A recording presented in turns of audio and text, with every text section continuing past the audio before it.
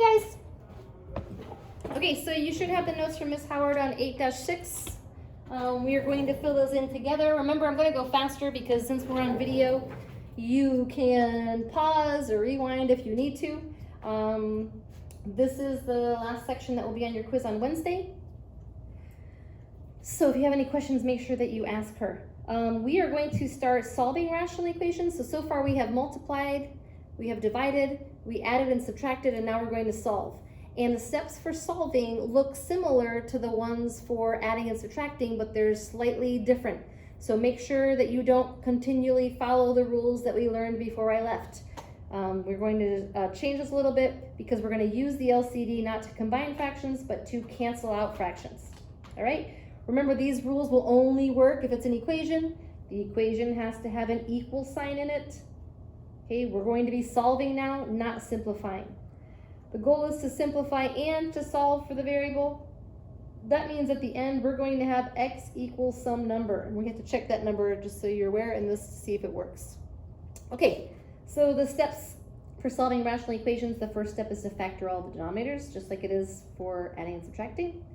We're going to find the LCD, except for here's where the steps get different. We are going to multiply every single term by the LCD to eliminate fractions. We don't like dealing with fractions, so we're going to get rid of them. All right, so in this first question, we're going to get the LCD. It's really easy to get the LCD when they're just numbers in the denominator, because the common factor, the least common denominator of 15 and 5 would be 15. We are going to multiply each one of these fractions by 15. And except for we're not going to actually do the multiplication because the whole point of doing that was to undo the division. So if we multiply this side by 15, you'll see that these 15s will cancel because this is actually like in a numerator and denominator. We're left with x minus 1. On this side, 5 goes into 15 3 times, so we get 6. And lastly, what we do is we solve for x, which would be 7. Okay, so we're eliminating the fractions by multiplying by the LCD. If the denominators have variables in them, it gets a little more complicated. You're still going to get the LCD the same way we did before. These are all individual factors, so the LCD would be x plus 4. And 3 and x, remember, are two individual factors, and we only write the factor down one time every time we see it in the fraction, so the rest of the LCD would be 3x. We're going to take each fraction and multiply it by that LCD. So the LCD is x plus 4 times 3x. We multiply the first fraction by that, by the entire LCD. Now we're going to multiply the entire LCD. Oops, don't really need those parentheses. Times the second fraction. That minus is there from the original.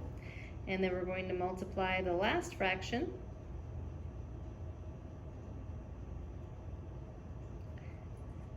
by the LCD. Okay, so the problem looks terrible, but actually that's going to help us because these denominators are now going to reduce with the LCD. So we're left with 2 times 3x, which is 6x. This x is going to cancel with this x. This minus sign stays here, and I'm going to move this this 3 to the front of the parentheses. We're multiplying by 1, so that's irrelevant. And on this side, the 3x and the 3x are going to go away, and you're left with 2 times x plus 4. And the rest is just solving like a basic equation. You're going to distribute. That should be a minus. Get your like terms together, so this is going to be 3x minus 2x is x. Add 12 to that side, and you get 20. All right? We're just going to keep making the denominators larger and larger.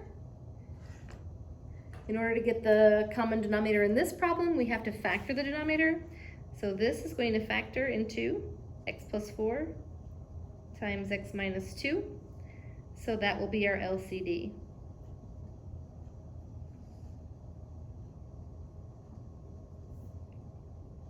Again, we're going to multiply every single fraction by that LCD. So this first fraction, 2x plus 1 over x plus 4 times x minus 2 gets multiplied by the LCD.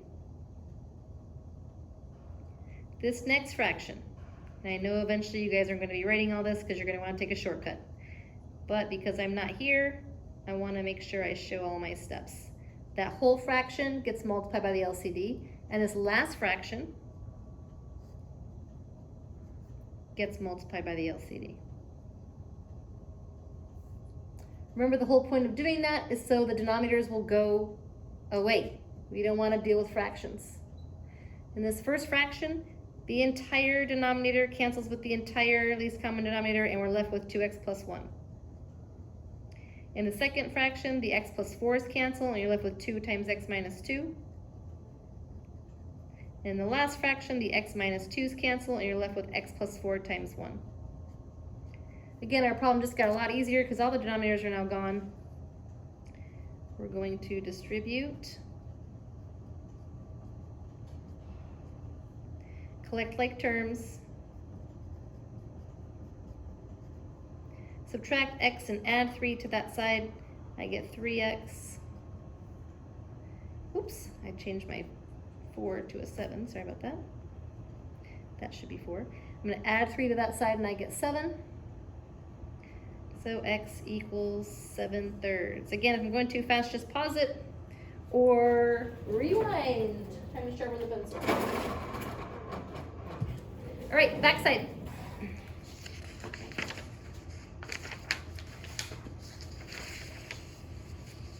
Just want to remind you that we are supposed to check our answers. We kind of left that out because the ones in the front, all the answers worked. I want to remind you that 0 divided by 5 is 0. You can divide 0 by any number except for 0, but you cannot divide by 0. So this is undefined. Since we cannot have a 0 in the denominator of a fraction, we have to check our solutions. If we get a solution that does not work because it gives us a 0 in the bottom of our fraction, it's called an extraneous solution. All right. We are going to skip over this example for now and just jump down to the problems that have extraneous solutions. All right, this first one, first step again is to factor. This is x plus 1, x minus 1. So the LCD is x plus 1, x minus 1. Remember, it's every single denominator written one time unless it repeats itself in the same fraction. We take our first fraction and we multiply it by the LCD. We take our second fraction and we multiply it by the LCD. We take our last fraction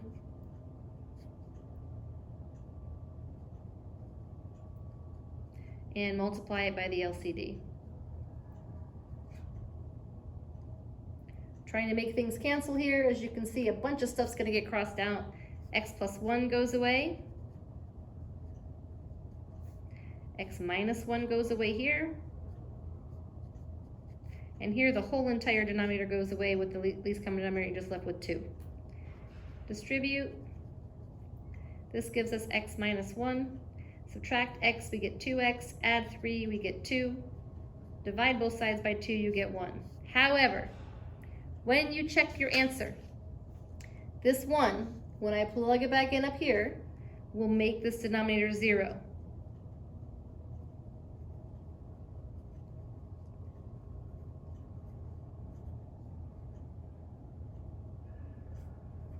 And we cannot divide by 0, so we cross this out. And this will be no solution. Okay, our answer doesn't work. It's an extraneous solution, so we have to cross it out.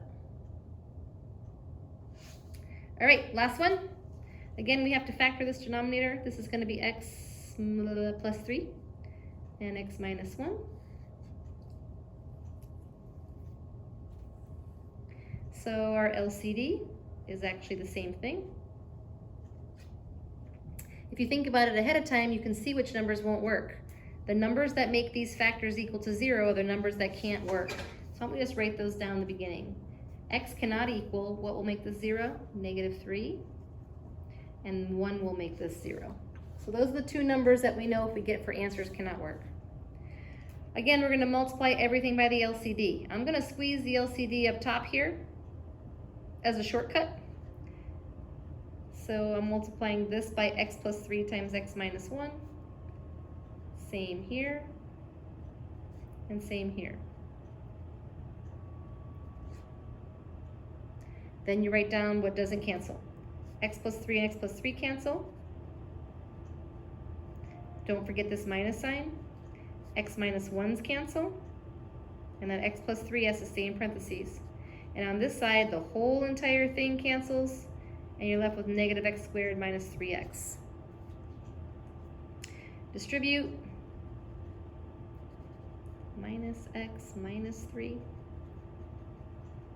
Combine your like terms. 2x minus x is x. Negative 2 and negative 3 is negative 5.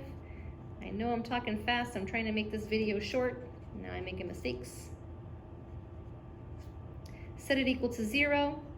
You get x squared. When I add 3x, I get plus 4x minus 5. Factors of 5 that subtract to give you 4 are 5 and 1. Set those equal to 0, and you get negative 5 and 1. Don't forget, we already looked up here. Negative 3 and 1 can't work. So in our answers, that gives us an extraneous solution, and this is the actual solution. All right? Again, the way that you're checking to see if these work is you take the number, put it in the denominator, and see if you get 0. 1 plus 3 is not 0, but here 1 minus 1 is 0, so that's why the 1 cannot work. Okay, so there's two types of word problems that are associated with these questions.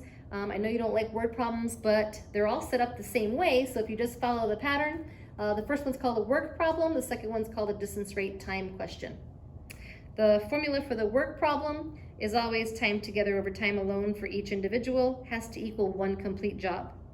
So this says Steve and Jake both work at a paint crew. Steve's new at the job and can paint a house in 12 hours. So time alone for Steve is 12 hours. Jake is an experienced house painter, and he can paint the house in 9 hours. So Jake's time alone is 9 hours. If their boss sends them together, they want to know how long it will take. Well, we don't know how long it takes for them to do it together, so that will be our variable. So our equation is x over 12 plus x over 9 equals 1. This is an equation that we just learned how to solve. Multiply everything by the LCD. The LCD of 12 and 9, the smallest number that 12 and 9 goes into is 36. I'm going to multiply each fraction by 36 and reduce. 12 goes into 36 3 times. 9 goes into 36 4 times, and 36 times 1 is 36. You end up getting about 5.1 hours if Jake and Steve do the job together. Okay? All right, last page, a distance rate time question. Hopefully you remember the formula that relates distance rate and time, D equals R times T. Basically, these problems all have the same scenario. You're either going with the wind on the way up and then against the wind on the way back, or with the current on the way up or against the wind on the way back. If you're going with the wind or current, it's making your speed faster. If you're going against the wind or current, it's making your speed slower. Typically, they're asking for how fast is the current going. All right, so let's start off with Sandra rowing in a canoe on Lake Helen. Her rate in still water is 6 miles per hour. That means that's how fast she's gonna go if there's no current. It takes Sandra 3 hours to travel, so 3 hours to go 10 miles. Now remember, part of this trip is with the current and part of it is against. So all we know right now is that the time, her time out against the current or with the current, and her time to back is going to add up to a total of 3 hours. All right? We also know the total distance is 10 miles. So if you're going out and back and your total distance is 10 miles, then that means the distance out had to be 5 and the distance back had to be 5. The rate, if she didn't have any current, is 6 miles an hour because that's how fast she was paddling. Except for sometimes she's going with the current, and it doesn't matter which one you put this with. With the current means it's helping her, so you're adding to her speed. Against the current, you're subtracting. So if you take this formula, D equals R times T, and manipulate it to solve for T, you end up dividing D by R. So distance over rate for the way out would be 5 over 6 plus c. On the way back, it would be 5 over 6 minus c. So if you look at the time column, hopefully you can recognize that the way out plus the way back has to equal the total number of hours. So the equation to solve this is 5 over 6 plus c plus 5 over 6 minus c equals the total hours, which is 3. To solve, you use the process that we just learned previously. Get the LCD. Multiply each part of these equations by the LCD. So here I'm going to multiply this by 6 minus c, 6 plus c. Same here. And same here. Even if it's a whole number, you got to multiply by the LCD. All right. So in the first fraction, the 6 plus c cancels, and you're left with 5 times 6 minus c. The second fraction, the 6 minus c's cancel, and you're left with 5 times 6 plus c. And on the right-hand side, nothing cancels, so you're left with 3 times the LCD. Now you just have to simplify. This is 30 minus 5c. This is 30 plus 5c. And this is 3 times, when you FOIL this out, you end up getting a difference of squares, which is 36 minus c squared. 30 and 30 make 60. The 5 c's cancel. And this becomes 108 minus c squared. Subtract 108, you get negative 48. Oops, I forgot my 3. So sorry. 3c squared. Divide both sides by negative 3, you get 16. Square root both sides, and you get plus or minus 4. The reason it's plus or minus is because it's positive 4 if you're going with the current and negative 4 if you're going against the current. Okay, and that's what the question's asked for you to determine the rate of the current. All right, good luck, guys. If you have any troubles understanding the video, you can always ask Ms. Howard, or you can go on Khan Academy and you can search for another video. If you want to know what to search for, you just type in the title, Solving Rational Equations, and you can get round 2. All right, I'll see you soon.